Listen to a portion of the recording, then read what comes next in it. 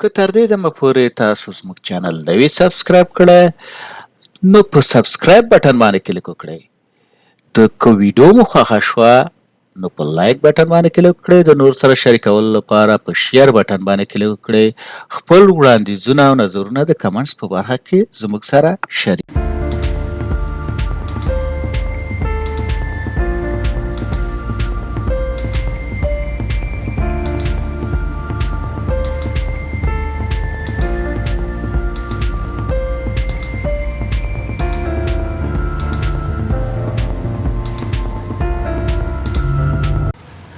د کورس ټیبل بندو. اوس راځو د انرولمنت ټیبل چې کوي جوړو. ورته چې کریټ راځو، ورته چې ډیزاین ټیبل هم ډیزاین هم کلیک. اوس انرولمنت راځم، اول لیکم چې انرولمنت آی ډي، مثال دې ته ورته چک اوتو نمبر. دا اوتو نمبر ورته چې پرایمري کی ده او یونیک ایډنټیفایر. بیا راځم ورته چې student ID number یې سم دا چې ده foreign key linking to student table. اوس راځم ورته لیکم چې course ID number ورته لیکم چې foreign key linking to courses table. بیا راځم دلته ورته لیکم چې enrollment date. دا چې سم date of time نیسم.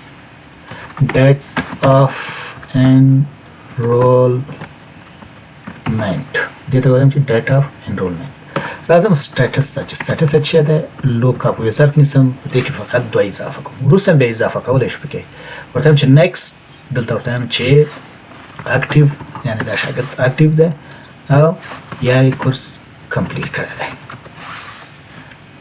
2 اپشن وته ورته چې لیمیټډ ټو چې سره هم دی فیلډ سره دا ټیکسټ ما ورکړی. کله اوس موږ د دې لوک اپ وزارت ته راشو، ورته لیکم دلته چې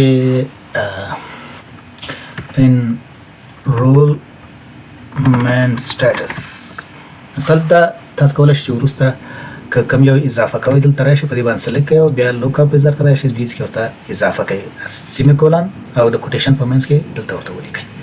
دا چې شو انرولمنت ټیبل.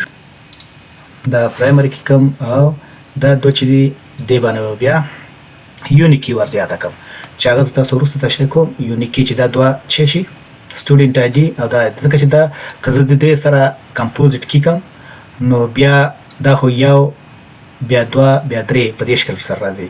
نو زه باید دا دوه کمپوزیټ کی جوړ کړم. نو د کمپوزیټ کی جوړول لپاره تاسو ته په نور درسونو کې زه درخوایم چې څنګه موږ کمپوزیټ کی جوړ. مننه چې تر دې دمه زما سره وای. خپل وړاندیزونه د کمنټ په برخه کې زما سره شریک کړئ. پښتو په خپل ژبه خپل مهارتونه پورته کړئ.